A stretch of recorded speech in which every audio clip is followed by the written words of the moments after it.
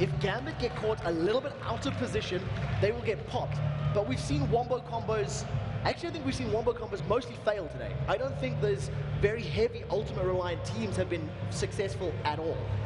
There's a Fizz, which, of course, Tab's made famous himself. I don't quite see him having a role switch for this one, but that's a funny thing. I don't know how well NukeDuck can actually play AD carry, but you can see that at some point in the season where a Fizz comes out and they switch roles. But it will be a Zed, the one that they were hovering over earlier on for NukeDuck coming out. And just to touch on that, Varus from the whole spring split in Europe, he was picked the second most often, just behind Sona there, 47 times, and had a 63.8% win ratio, which is actually a huge number.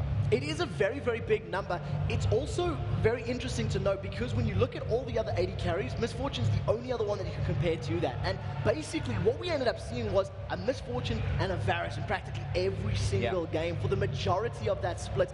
Towards the latter stages, Ezreal did become a bit more popular and there were some fringe ADs, but Varus fell out of favor on the international scene. We started seeing a more diverse amount of champions. Ezreal was coming back into the fray. He was pretty much the go-to carry at the end of last year, along with like Corki. And now with this blue Ezreal build has been very, very popular. So it's interesting to see the trends and the waves as teams move in and out. But EU is still firmly planted on Varus as their AD.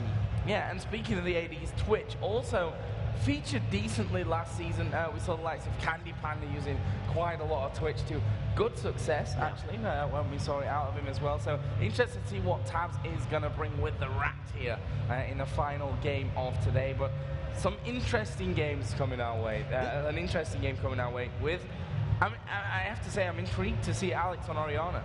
This is going to be a very difficult game for Tabs because I do feel like his positioning will be very, very key to these fights. There's a number of champions there from the side of Gambit that will be able to actually get in his face and cause some harassment and some trouble. And if he takes poke from Jace, Jarvan is just going to jump in there, have the command protect and you know, command shockwave go down, and that Rat will get killed very, very quickly. It's a squishy AD carry, so positioning is very key, but he does have a lot of protection from his top lane, his jungler, and his supports.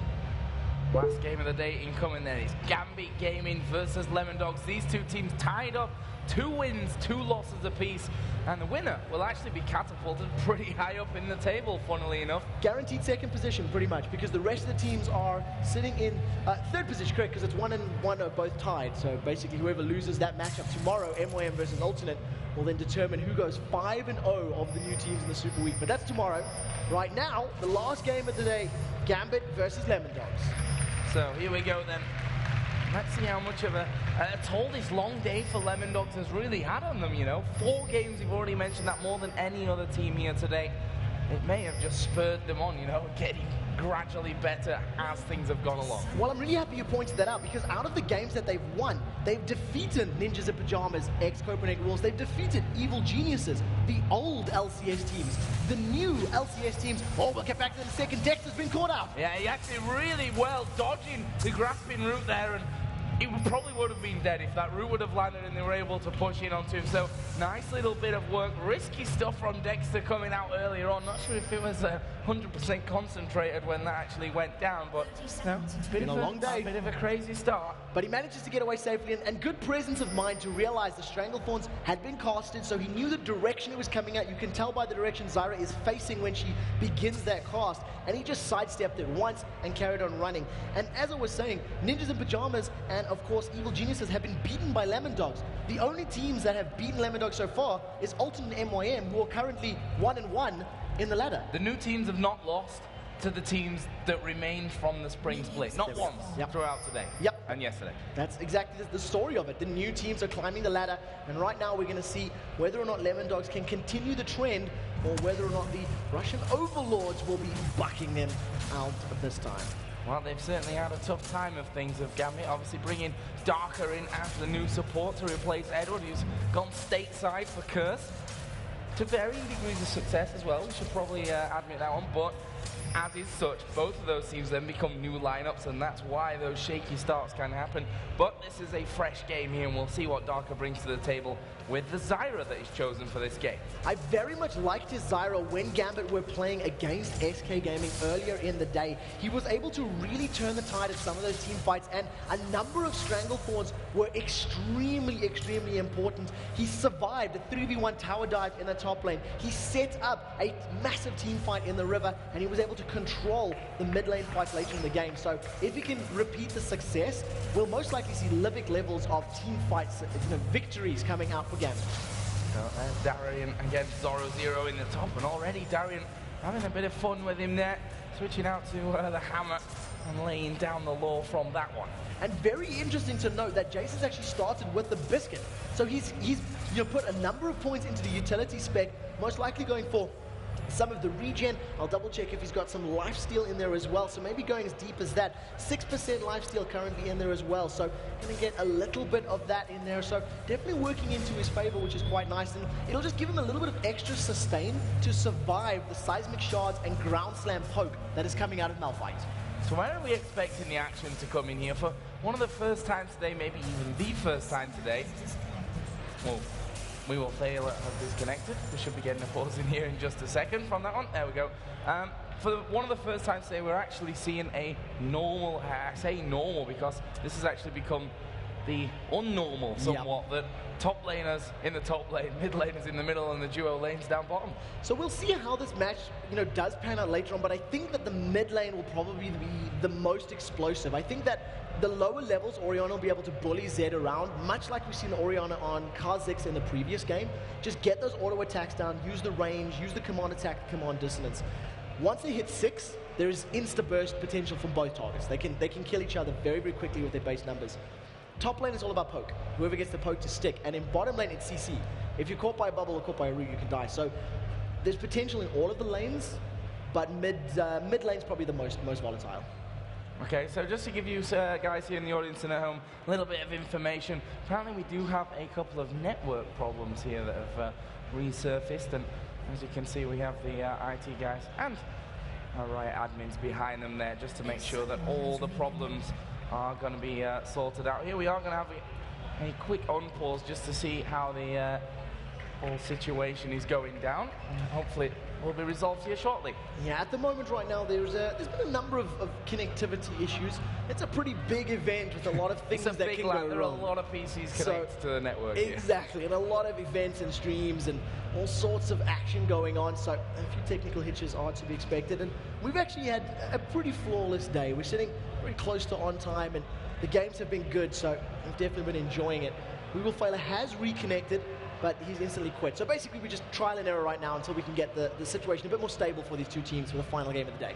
Yeah, as I said, all under control for that one, but I guess we've got a little bit of time here to review what we've seen so far. I mean, it almost seems like we're harping on about this whole new teams versus old teams thing, but it is really the biggest storyline so far. And it's a fantastic one because there's new teams in North America that have picked up wins, lots of new teams in Europe that have picked up wins, even more dramatically and drastically than stateside. And I think one of the things that the LCS teams may have taken for granted was knowing their opponents. And I was having a chat with Technolink regarding this matter, and we're talking how the newer teams have got this wealth of information to draw from. They've been able to build strategies and innovate how to defeat their opponents. And I don't believe the LCS teams have put in their due diligence for these new guys. I don't think they've scouted as hard as they've needed to or prepared as many compositions as they needed to. The thing is, if these new guys have done it smart, they've just had 12 weeks of the spring split where all these LCS teams will have wanted to play against them to test out all the strategies that they were bringing into the later weeks and even into the summer split. And they didn't have to play what they wanted to play against the LCS teams. They could just soak up that information and say they tested that against us a few times and that against us and that against us. They're probably going to be doing something similar to that. Let's prepare for that one. And from Fnatic, from Gambit's side of things, it's definitely hard to research these teams that have come into the LCS. And that is exactly what Alternate told us, exactly what Aranea was chatting about back there. We were talking about the Lissandra picks and how Fnatic had locked them in, and he was saying, we always ban it against them. They always ban it against us because they'd scrimmed it. They had practiced those compositions against one another, and they'd gotten feels for how it plays, how it fits the meta, how they can, take advantages. Fnatic played a strategy against Evil Geniuses where they locked in the Xerath and the Lissandra. Two champions that are very unorthodox in the current competitive scene, and while it was not successful, it shows a willingness to try new things in much the same way Gambit did APE and Fiddle. So it's interesting that even the old teams are trying new, but to lesser degrees of success. So we will feel that has reconnected here. Obviously we are just a little bit behind, so hopefully that issue will get tested in here and maybe resolved in just a few seconds. So don't go anywhere. Yeah, we're hoping for the best right now. Of course, if we can get into this matchup, it will determine who is going to go 3-2 and who is going to go 2-3 right now, because a couple teams sitting down at the bottom of the table at 0 and 4. And I think the matchup that everybody's looking forward to is tomorrow. MYM versus Alternate is probably going to be the matchup of the day, just the matchup of the weekend, because both of these teams have gone undefeated. One of them is going to go home 4-1. Well, that's the funny thing, that is going to be the game of the week, not the first one, Gambit versus Fnatic, but Meet Your Makers versus Alternate, which, I don't know, is the beauty here of the LCS, that we are seeing so many surprises coming out in this one. But we are back into the game here. Seems like the problems have been resolved, and we can get things back underway. Quick update on it, it's 3 minutes and 30 in, no first blood just yet, no towers going down. Still very early doors between these two teams, and as we said, pretty standard lane setups, if we can call it standard anymore, with the dual lanes facing off in the bottom, Orianna versus Zed in the middle, and then of course Malphite Jace in the top lane. And pretty much as predicted, if you look at the HP bars on the sides of your screen, you'll notice that Zed was a little bit lower than that of Alex. She's using the range of Orianna to poke him down. Nukeduck was forced to back away a little bit, rely on that rejuvenation bead to keep stocking up HP, and this is something that we've seen when 3.7 was introduced, and some of the statistics on the HP pots were changed around and whatnot. Buying a rejuvenation bead, keeping it for a prolonged period of time, and basically earning that money back by regenerating your HP. So instead of buying multiple pots, you just buy the rejuve bead, sell it for a portion of its cost, and you lose 30 or 40 gold, but that would have been one potion, and you use it for the period of time that would have got you 5 or 6. Exactly. Very cost effective. That's the big point of that one. Really interesting how Tabs performs here on Twitch. It's an AD carry that we've not seen him on just yet. The guys on the analyst test actually touched on that, and maybe we're going to have to see him bring something new to the table here, and Twitch is definitely that champion. And he's farming very well. Twitch has got a pretty strong laning phase, as long as you can keep getting your stacks of poison down and then getting that expunge going down. So you can see he's got a 6 CS advantage with a pretty decent wave in front of him. In addition to the damage, he's also got the Nami on hit that's always going to play into his favor. Right now, poking back and forth between Darian and Zero, working towards, or almost out of those pots, but Darian has already backed. He's come back to lane with that Fairy Charm as well as those boots. And the fact is that Jarvan is up on that top side of the jungle as well. We can see he is going to be met by Dexter, and the ball is going to go actually in onto him here. Diamond putting some damage back, but we will see Darian getting involved as well. Meanwhile, in his middle lane, Alexic and Nukeduck going head to head. The Ignite is going in there. Is he going to have the damage to finish things off here? Nukeduck actually turning back. Alexic flashing away from that one. He was very scared of the damage. Yeah, but take a look at this. Jarvan is coming in. If he gets a knock-up, Nukeduck may be in trouble. One more hit, but the slow, the permafrost. And he gets the flash away as well there, Alex. That was, Nukeduck, that was perfectly timed. And I'm surprised that it even got to that, because Sejuani was tracking Diamond Prox the entire time south through that jungle. Now, to begin with, that all began with Alexic running a little bit scared. He didn't look at the energy costs on Zed, and I think if he had stuck and got 2 or 3 more auto attacks down, he could have killed Nukeduck before he was forced to flash away. The energy regen on these ninjas is pretty high, but I do feel like he was very, very low. Nevertheless, both players escaped with their lives. Flash and Ignite burned on both of our mid laners, and both of the junglers holding onto their flashes for now. Intense early action here, 6.5 minutes in still. No first blood coming out. If we look at the Alex versus Nukeduck lane now, the CS very much so in favor of Orianna. But the big one is in the top lane. Darian is bossing Zoro around at 42-27. And that's all stemmed from that early level damage. You know, level 1, level 2, level 3, where Darian's going to be able to stay in that Mercury Cannon form and just shoot Zoro in the face, keep his HP low, switch into the hammer form, knock him away with some percentage damages, and basically just kept Zoro on the back foot. But it's not the first time today that Zoro's been behind on Malphite in the top lane, so he's definitely had some experience with this, and he'll be knowing when and where he can pick up that CS safely. Yeah, and let's not forget Zoro's Malphite is one of the big reasons why LemonDogs are even in the summer split here. He played fantastically in the, arguably the biggest, yeah, I definitely wouldn't disagree with that one. Fantastic performances that he put in during the summer promotion tournament, and right now he's starting to be able to damage Darian back, which is going to be an important factor in things. He's got that Doran shield out there for the start, just to keep himself healthy more than anything. And we actually see Darian putting a lot of auto attacks down on this lane. He really wants to keep it pushed. He's got that ward in the tri-bush, and he is, you know, he's playing a very aggressive lane. He's got that a little bit of sustain, 6% lifesteal, so he will be getting some of that HP back as long as he keeps landing those auto attacks. Right now, though, Dexter1 has snuck himself up into that top lane, and he actually is looking for a gank right now.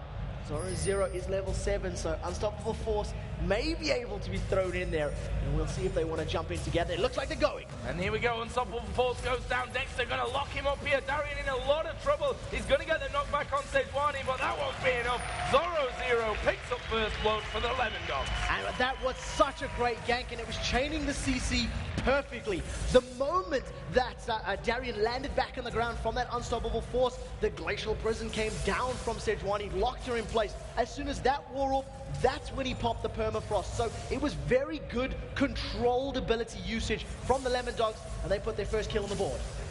Fantastic little start, and that's when we were just talking about Zoro having trouble. LemonDogs showing that they know how to play this one. We're having trouble in the top lane. Let's try and equal that one out, giving that kill over to Malphite, who's going to come back into lane with boots of speed and a giant belt with wards, with potions as well. He's going to be safe up there. Jace comes back in with the Tia, plus a second Doran's Blade and the boots as well. So that's definitely going to give Jace a fair amount of sustain. Double Doran's plus 6% HP. While it is still small numbers, it is going to be enough to keep him in lane for prolonged periods of time. So we'll be seeing him basically just try farm this out and maybe playing a little bit safer. Now that he's got the Tia, he wants to stack it up, he wants to farm effectively, get that Brutalizer, and then start getting more damage. Zed almost got that Brutalizer in there, as you said, and it's going to be really interesting to see how Gambit now react to this one, because it definitely would have been the first time that Darian's had a bit of a lead in there and it's been equalized up, but they always seem to manage to pull through despite what Darian did, and that it almost was their play style, that Darian would be the one to push up. Almost looked like he's getting caught, but they use that to their advantage to push other objectives. I still remember the number of Reddit threads during the spring split that talked about Darian feeding. Oh, Darian's feeding, that means Gambit's going to win. Oh, Alex Hitch here in the middle, in a lot of trouble, puts down a good shockwave. Is he going to be able to escape? Possibly, as Diamond gets in there, picks up the kill, and now Dex having to run for his life. That's great reactions, and that just shows you that these junglers know exactly what each other are doing. And Zoro and Darian in that top lane are going to just hammer away at each other for a while, but as I said, just complete knowledge of the game and predicting what the other jungler is going to do in that scenario. And that's basically what junglers have evolved into right now, is reacting to their opponents. In the bottom lane, there's the fight. Tab's in all kinds of trouble. He's going to get knocked up here. Genji going to use a barrier. Tab's already used his barrier in this one. He gets the heal coming down from WeWolf. Can Darker finish things off here? He is the low man. Flashes in, grasping roots, pick up the kill. That was a very good flash actually by Darker, because he didn't want to run the risk of missing the skill shot, so he closed the distance and made it that it was easier to land. Diamond Prox is in the bottom lane. He's knocked up WeWolf. And he's dead. Not much more to say about that one. A great bit of play once again coming in. And that's incredible stuff. Darker has got 2-0, showing that Edward is not the only one who can secure kills in a Gambit uniform. And he went 3-0 with Zyra when they beat SKGaming earlier today. So if Darker gets on a roll and is able to control the fights like he has just done right now, it's definitely going to play into their favor. And I'm so glad you said, in the style of Edward, maybe after his speech and his interview yesterday, he went back and said, well, if I kill steal more, maybe that's what the team needs. That's what they need to get him going, to spur him on on to get more kills of their own after that and not be out-killed by their support player in that one. Darian back into lane. And, well, it's pretty even up there in terms of what damage they're doing to each other and what damage they're able to take now. But that CS lead of 30 still remains for Darian. Yeah, and it's exactly the same as what Zero had to deal with against MOHGamiing. So whatever he ended up doing was the turret was lost. He was sitting on the the inner turret in that top lane, and then he eventually started moving and roaming around the map to try pick up kills elsewhere. We don't see as much tower pressure coming down from Darian. He basically just wants to farm. We do see, though, Diamondprox, with the Cataclysm available, has snuck up into this top lane.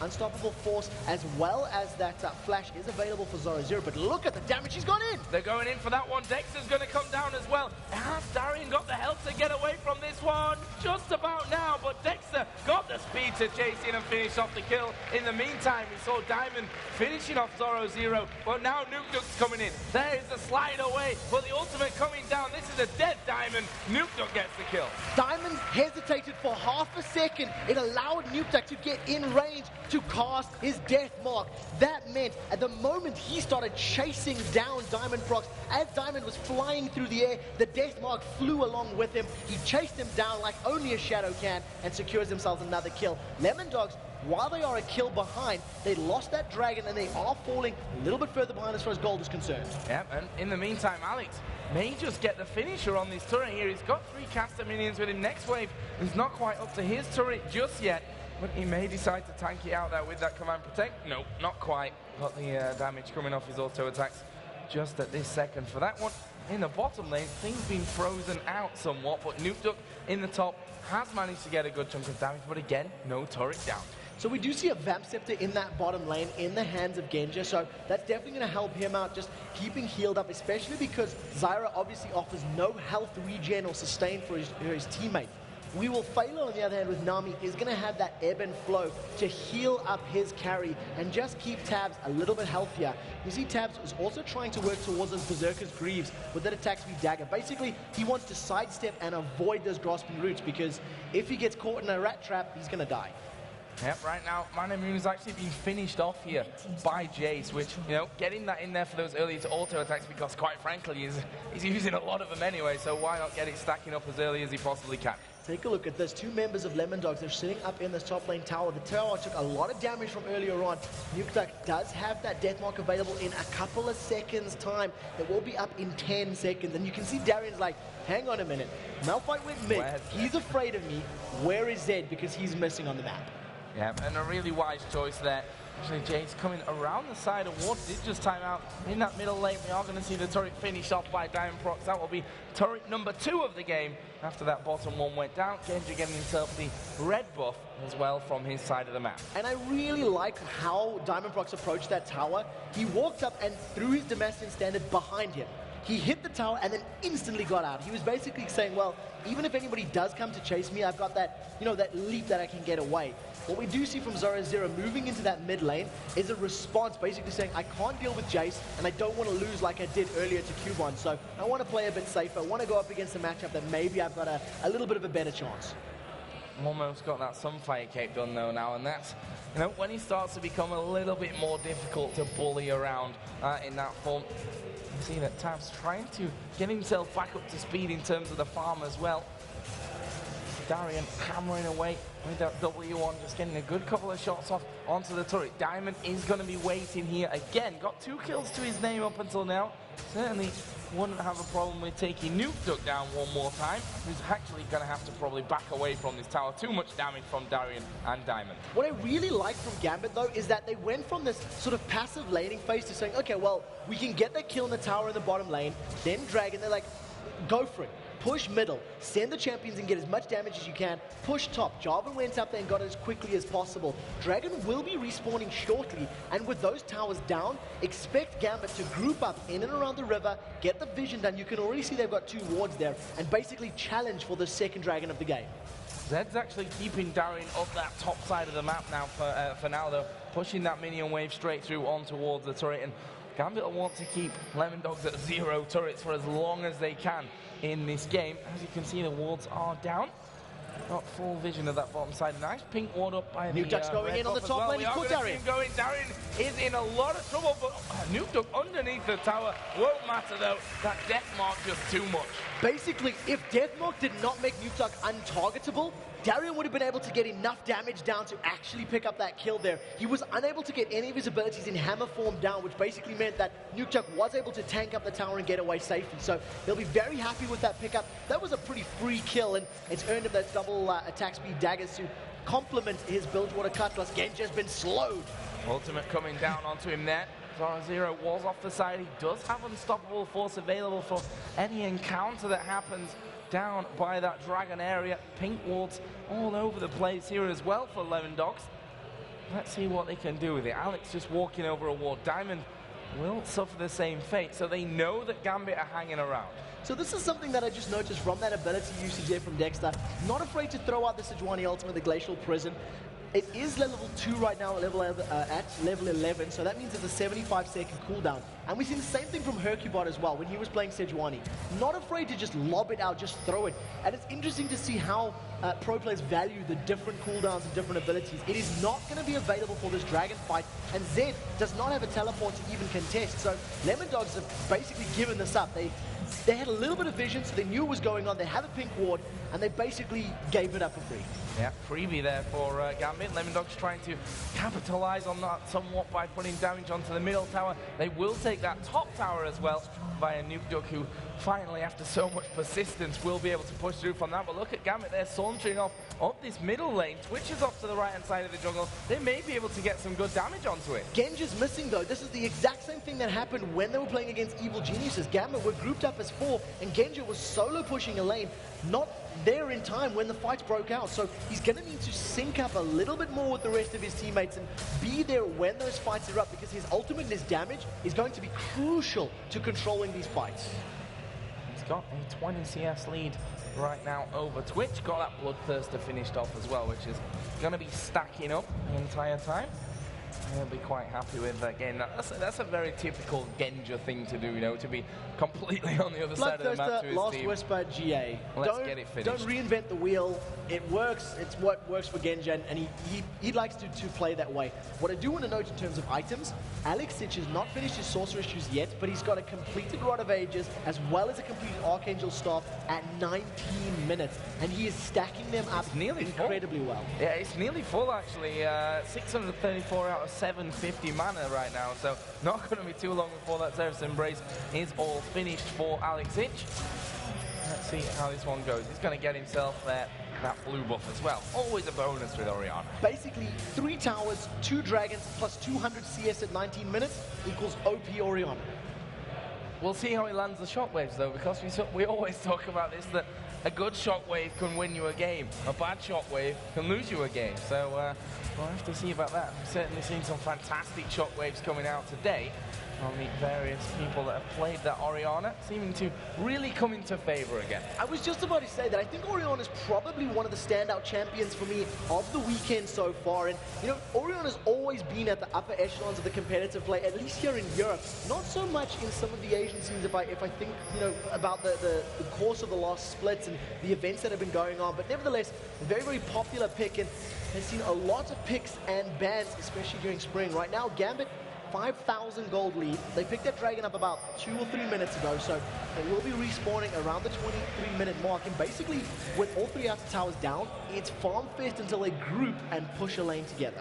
Yep, Darker now actually got himself a pink ward in there with the Ruby Sightstone as well. So he's going to slowly but surely start getting those wards down in the jungle from the LemonDogs and start to really strangle that jungle away from them. Take as many creeps as he can, try and catch a couple of men out, and then they can start pushing here. We can see that middle turret already taking a lot of damage as Darien here is going to be in a little danger, I think, there from LemonDog, who's just saying, well, I'm going to take these minion waves as they come to me and try and completely throw all your CS off. So he's basically got the Blade of the Ruin King to sustain and survive any of the damage that's coming down into him, and because we've seen a giant spell picked up for Darien, he's able to survive the burst that Zed has at this moment in time. It also signals that they basically want Darien to deal with Zed when Zed is split pushing. He is one of the strongest split pushing champions thanks to his wave clear and his excellent escape ability. And of course, if you send one person to deal with him, he's just going to assassinate you. Right now, Gambit, with the map control, steal away the blue buff. Steal away the blue buff, you know, not the biggest of deals in the world when Zed doesn't obviously have that. It'd be nice on Zed 1, be nice on Malphite as well. But the big thing is there that, you know, Alex, if he times it right, can have pretty much a constant blue buff throughout his times here on that Orianna. So that's the real danger. Has picked up now that Seeker's arm guard, and his Xerath's Embrace is now fully stacked up. And I think the Gambit have probably got the strongest dragon control presence out of any team here in Europe. They've got the ability to be there when it spawns, to put the wards down you know, minutes before, and really just ensure that the rhythm of the map flows in that direction. And exactly like you said, because they've got the timer and the control of the bottom half of the map, they'll extend that over to the blue buff and just keep denying that resource from their opponents. The gold is getting a little bit less as Nukeduck is able to pick up the second tower of the game, but we haven't seen any big fights. It's just been these small skirmishes, and until we see a big engagement, whether or not LemonDogs can control that fight and land their ultimates will determine who will win. Yeah, much slower paced game this one, that's for sure. And that's because of their situation right now. They will both teams want to end the night here with a good, solid victory. And considering the standings for both teams, they can definitely consider that one. Although, you'd have to say, I think this is Gambit's, you know, they're probably going to feel they need this victory here if they're going to be challenging at the top of the table come the end of the season. Yeah, definitely. And one of the things that I do want to correct myself on, Genja has gone and proven me a liar because he didn't go for a Last Whisper second. He skipped item number 2, went straight to item number 3. He's picked up a GA as his second item, and that's purely because he is terrified of the dive potential of his opponents. Right now, Alexic is actually chasing down Nukeduck, and Nukeduck's going well with the Seekers, with the Seraph Shield, and all of that HP. I mean, that's 2,300 hit points on Orianna. He's actually not able to chunk through that until he finishes up this Last Whisper, and maybe a little bit more AD. Look for the Chain of Corruption. Can Genja hit it? This is the hardest AD carry ultimate to land, and no, he does not. Nobody's surprised. Not when there's a flash available there. As we see Nukeduck put the death mark down, it's going to get slowed here. Can they finish him off? Great ultimate coming out of Dexter. That will stop 2 of them chasing through. And that's the thing. Using ultimates is all well and good, but if they're defensive, you've not got them when it comes to a fight where you need to use it offensively. And very importantly, in terms of ultimates that were used in the bottom lane, Cataclysm as well as that Chain of Corruption. Yep. So it is a big ultimate from Jarvan if a team fight breaks out. But they have the pressure and the ability to dive. Dexter has jumped back in, taken a lot of damage, and he's in trouble. Yep, Nami going to throw the tidal wave down there as well. Zoro trying to stay at the front here and do the damage. Does have that unstoppable force if they do decide to go in. But it's worth noting, Shockwave is still up from Alexic, and that's going to cause devastation if they allow it to land. And with the composition that they've got, the Jace as well as the Varus, and of course Jarvan and Orianna, who are no slouches when it comes to auto-attacking, they can kill towers very, very quickly. They've all got a lot of damage. You've got attack speed steroid on Jace, attack speed steroid for the team in the hands of Jarvan, as well as those plants that are even going to deal some damage if you spawn them in front of the turret. So very good control. That's the 3rd dragon of the game that's gone to Gambit, and they've once again extended that gold lead thanks to the tower and that dragon. But still, not the high-action mass fighting that we've really become used to, I think we can say today, and yesterday as well, throughout this first weekend of the summer split. This kind of goes back to, you know, the spring split first sets of games for each team, where we saw both feeling each other out, not wanting to make any mistakes, not wanting to be too aggressive, not wanting to give anything away. And that's exactly what both teams are going for right now. And you have to wonder, as the game goes on, who's going to become the strongest, where these opportunities are really going to arrive from.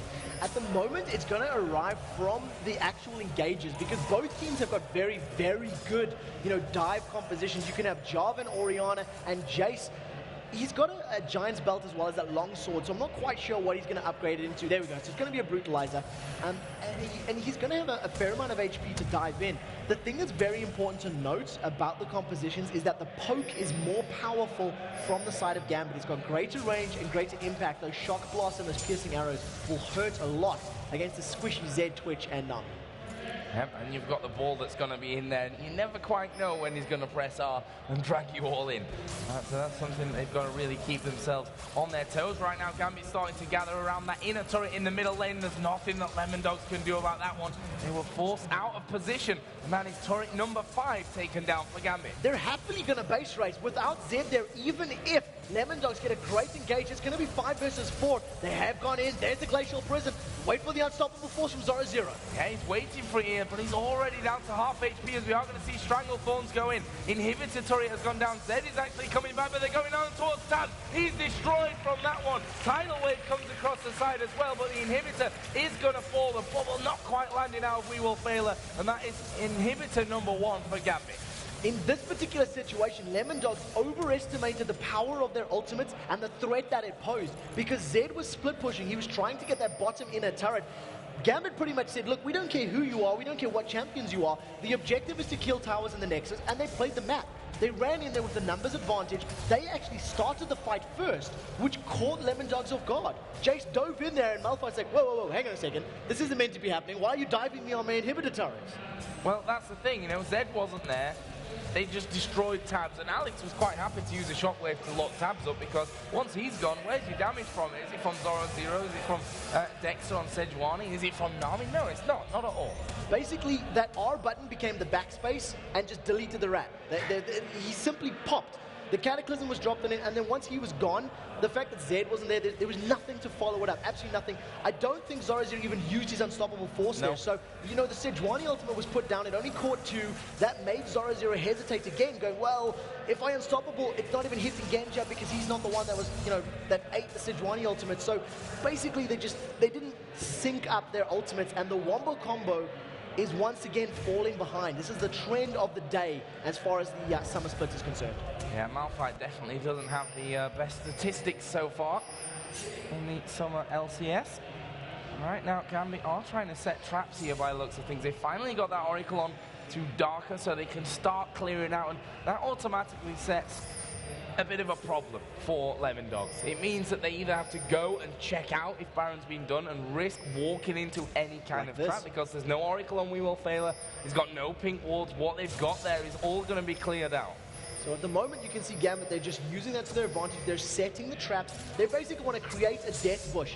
Having Zyra on their team makes it even more effective because of how powerful Strangle Thorns are, especially if they want to pick the fights in these enclosed jungle spaces. Now, if they do stack up, great initiation from LemonDogs. We Will Fail has been caught up and knocked up. Yeah, they're going straight in onto We Will Fail. Will put down his ultimate there, but the Cataclysm is not only locking them in, it's keeping them in position as the Strangle Thorns go down. Dexter's going to charge over the wall and actually get away from this one. There is Darker actually going down. Tab's doing good damage. There's the shockwave from Alex Hitch. He's going to finish off Twitch, and now Zoro Zero trying his best to run away from this one. But this is going to be another kill for Gambit if they actually go in. It's a flash and the Demacian standard from Diamond to finish that one off. And that, in the end, was a 3-for-1.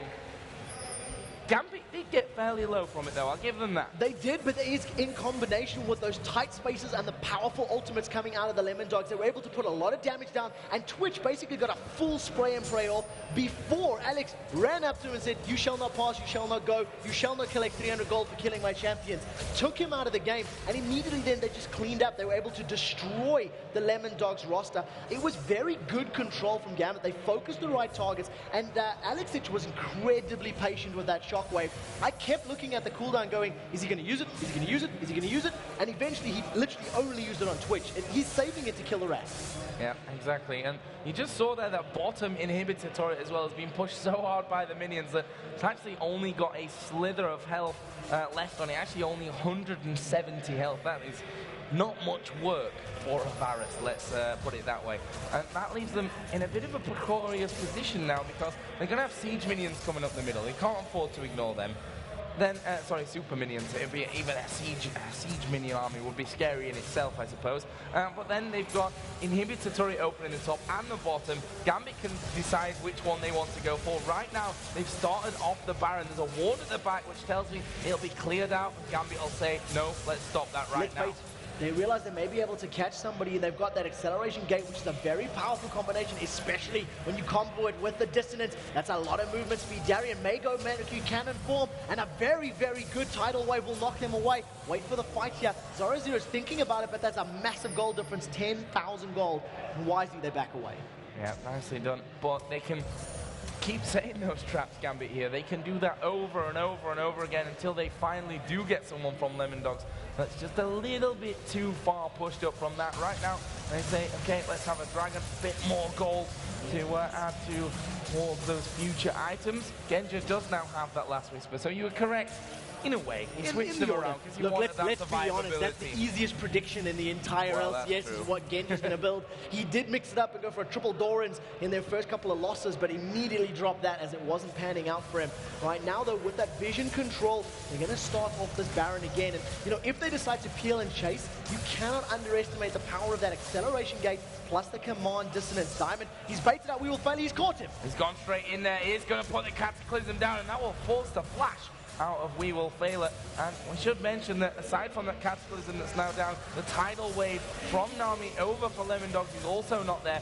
And if they're to win a fight, especially in the jungle, that tidal wave would probably be one of the biggest instruments in doing so. Basically, the tidal wave will prevent a chase. Right now, Zoro0 is moving very, very close. The Baron is low, and they're late. If he does not get out of there very quickly, another chain of corruption misses. Nobody's surprised by that one. Alexich, can he get a command shockwave? That's the question. There is no Cataclysm from Diamond Prox, and the split is pretty good from LemonDogs. Oh, there we go. Alex actually going in here towards We Will Fail It, and there is the shockwave.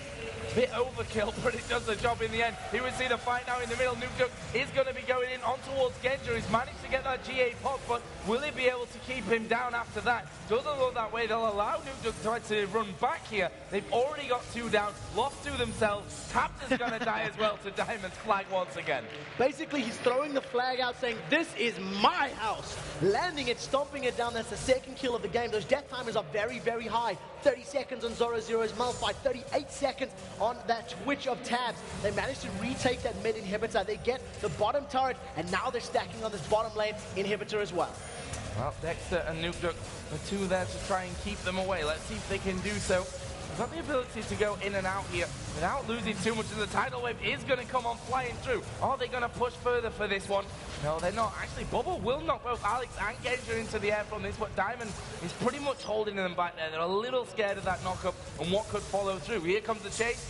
Diamond goes back in. Actually, they're going to put the Cataclysm down. There is the kill as well. Amazing stuff coming out from Gambit. They pull out, they go back in, doing it expertly. Diamond Prox not satisfied with the Cataclysm not getting a kill. Alex has been caught. There's the Deathmark. Shockwave is down. Yeah, Shockwave doing a lot of damage. He's got his Zhonya's up here as well to try and prevent that final bit of damage, and he is still alive. Gets himself the shield on as well. Zoro0 going to be locked down by the chain of corruption, and Alex survived. Unreal. How did he survive that one? So much damage coming his way.